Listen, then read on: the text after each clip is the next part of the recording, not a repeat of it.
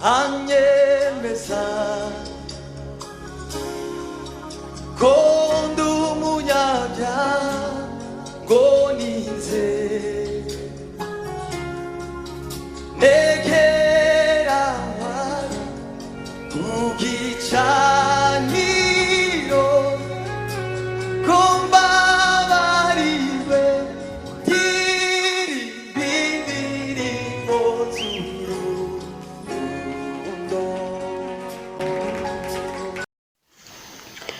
Reka twongere tugushimire tukwifuriza ishya n'ihirwe aho uri hose, wowe mukunzi wacu wa DHS TV. Ni muri urwo rwego tugiye gusubiza abantu bagiye batwandikira batubaza bati muzadusobanurire ku mibereho y'umwana uri mu nda. Abadamu benshi bagira bati turatwita tukabana n'uwo mwana amezi 9 yose mu nda, ariko ntituba tuzi imikurire y'uwo mwana uri mu nda, ese buri kwezi cyangwa buri munsi umwana bamerewe ate kuva wa munsi wa mbere umusamye kugeza ku mezi 9 avuka. Ngaho rero ni karibu tubamara amatsiko.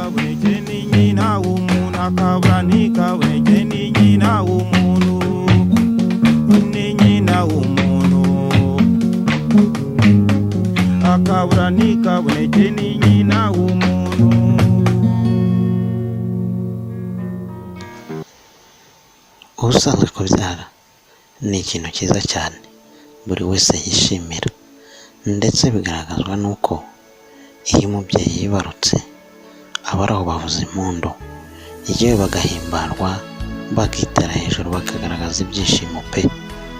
Abakristo bo umunsi w'amateraniro bajya imbere y'Imana bagatanga ishimwe yuko bibarutse umwana mushya mu muryango. Yewe ndetse banavuga ko kubyara ari igitangaza gikomeye cyane, dore ko uretse Imana yonyine umuntu atabyishoboza ubwe. Gusa binaba urujijo ku batari bake mu mibereho y'uwo mwana igihe akiri mu nda ataragera ku isi. Bamwe bati se arya ate, ese abayeho ate? Nibyo tugiye kukuramburira muri aka kanya.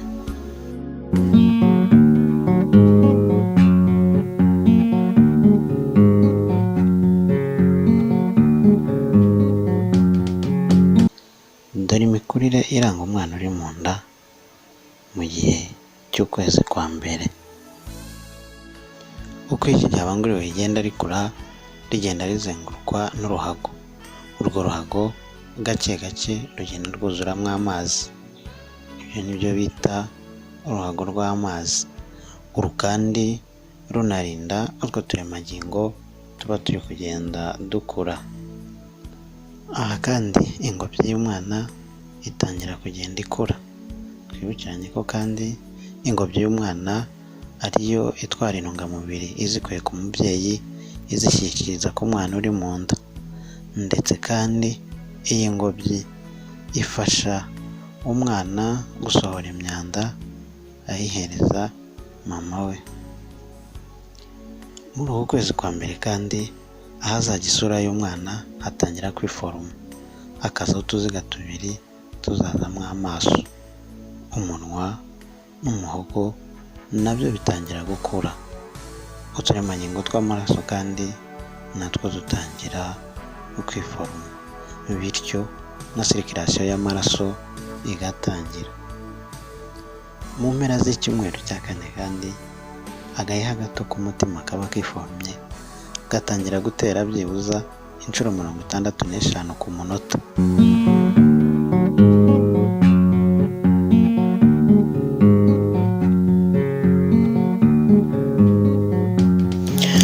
Mu mpera z'ukwezi kwa mbere kandi umwana aba abyibuza ari ku kigereranyo cy'uburebure bwa 6 milimetero.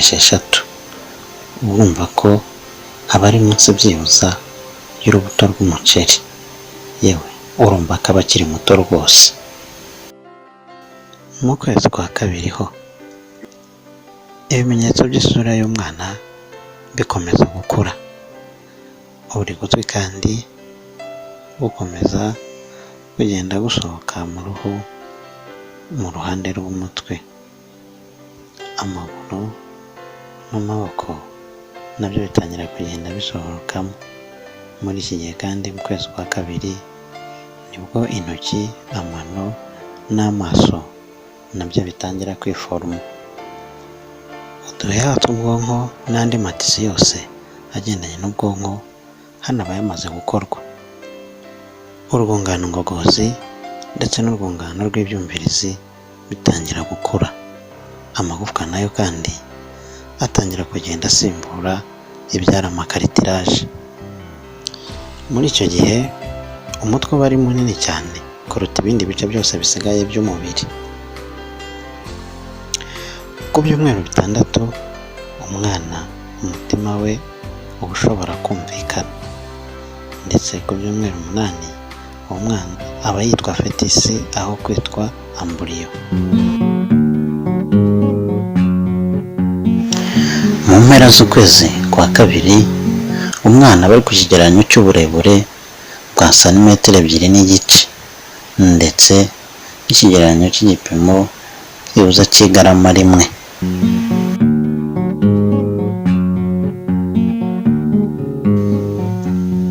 Reka turebe imikorere y'umwana mu kwezi kwa 3. Amaboko y'umwana, ibiganza, ibirenge, intoki ndetse n'amano biba byamaze kwiforoma neza rwose, ndetse aha kandi umwana aba ashobora gufunga ndetse akanafungura umunwa. Inzara zo ku ntoki n'inzara zo ku mano bitangira kugenda bikura.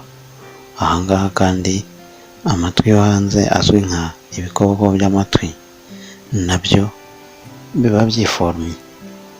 Umuzi w'amenyo utangira kwiforoma. Aha kandi imyanya myibarukiro y'umwana nayo itangira kugenda ikura, nubwo aha ngaha biba bikigoye gutandukanya igitsina cy'umwana mu cyuma cya ekogarafi. Mu mpera z'ukwezi kwa 3 umwana wese aba yamaze kwiforoma. Ibice byose bigize umwana biba bigaragara ndetse bigakomeza gukura kugira ngo bizagende bikora neza. Sisiteme ya sirikirasiyo ibikora ndetse na sisiteme y'inkari nayo ikora neza. Ahana kandi umwijima utangira gusohora ibizwi nka bile. Nyuma y'aha kandi ibice by'ingenzi by'imikurire y'umwana biba byamaze gukorwa, bityo rero ibyago byo kuba inda yawe yavamo bitangira kugabanyuka nyuma y'amezi 3.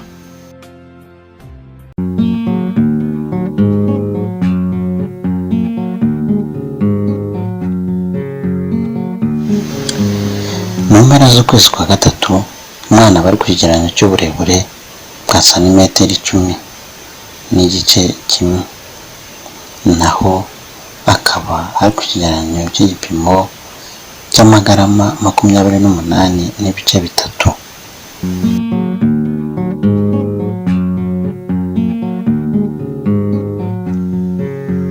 Reka turebe mu kwezi kwa 4 uko imikurire y'umwana ikomeza. Gutera k'umutima w'umwana gutangira kumvikana noneho ku gakoresho kifashishwa cyane muri maternité kazwi nka Doppler. Intoki n'amano noneho biba bigaragara neza. Ibitsike, ingohi, inzara n'umusatsi nabyo biriforoma kuri iki gihe. Amenyo n'amagufwa bitangira gukomera. Umwana hano kandi aba ashobora konka igikumwe cye, aba ashobora no gukora utumavoma duke turimo nko kwigonda. Aha kandi umwana atangira noneho gusohora imyanda. Sisiteme y'ubwonko itangira gukora neza. Aha kandi imyanya myibarukiro y'umwana iba imaze gukora neza ku buryo umuganga ashobora kuyibona ku cyuma cya ekogarafi. Nimba ufite umuhungu cyangwa ufite umukobwa ashobora kubibona akabikubwira.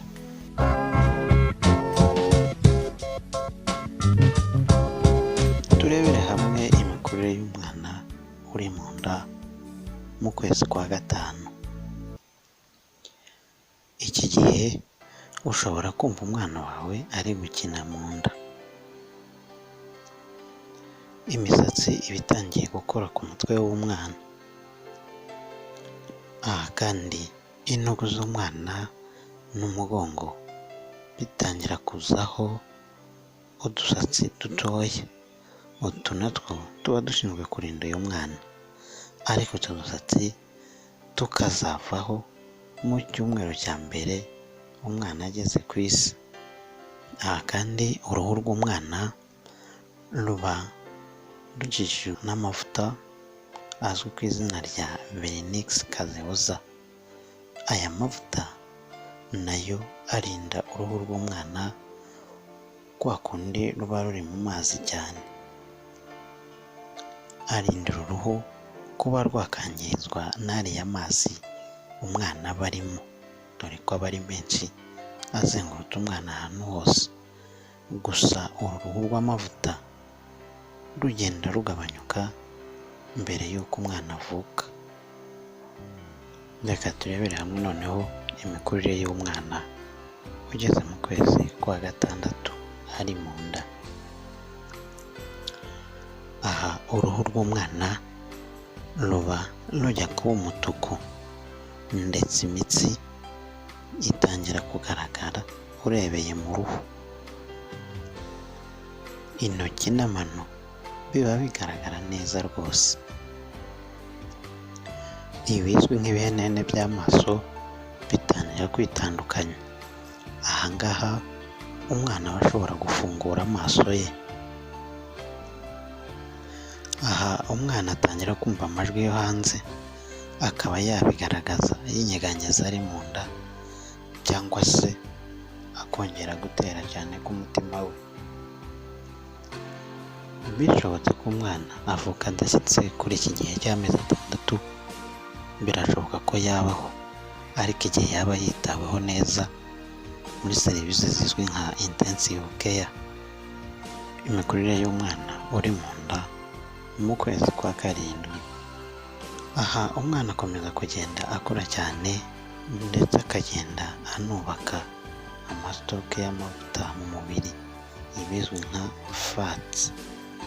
Aha kandi umwana aba yumva neza, noneho aba ashobora guhindura pozisiyo ari mu nda uko abishatse. Iki gihe aba ashobora kumva amajwi ari hanze, uburibwe buturutse ku mubyeyi, ndetse n'urumuri, kandi akabigiraho reaction.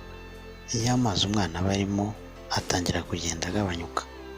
Mu kwezi kwa 7 kandi umwana aba apima byibuza uburebure bwa inch 14, ndetse anapima hagati y'amapawundi 2 kugeza kuri 4.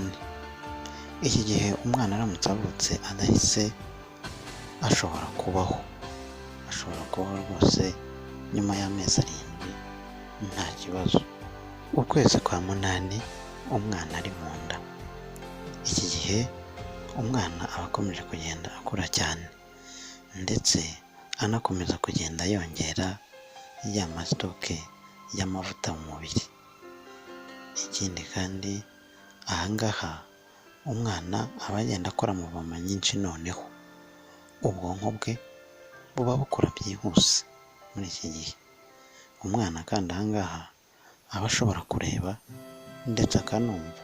Ibice byinshi by'imbere mu mubiri biba byarakuze neza, gusa hano ibihaha by'umwana byo biba bitarakura. Reka turebe noneho ukwezi kwa 9, ari nako kuzwi nk'ukwezi kwa nyuma umwana avukiraho. Ku gihe cy'amezi 9 umwana akomeza gukura cyane noneho. Aha kandi ibihaha bye biba biri kwegereza noneho gukura neza bya nyabyo. Aha kandi ikizwi nka reflexe z'umwana ziba zikontororwa neza. Noneho umwana iki gihe aba ashobora gufunga amaso, agahindukiza umutwe, mbese akaba yaninyeganyeza gake gake. Aba ashobora kugira reaction ku majwi yo hanze, urumuri cyangwa se umuntu umukozeho. Aha umwana aba yiteguye neza kwinjira mu isi. Aha kandi noneho umubyeyi atangira kumva ko za muvoma z'umwana zigenda zigabanyuka, kubera ko aba yabaye munini, bityo wa mwanya yisanzuragamo yizengurutsa nawo ukaba wamubanye muto. Aha kandi umwana agenda ahindura pozisiyo yari arimo kugira ngo yitegure uburyo azavuka. Umwana atangira kugenda amanuka hasi mu matako. Aha kandi umutwe w'umwana ugenda umanuka werekeza aho azaca avuka.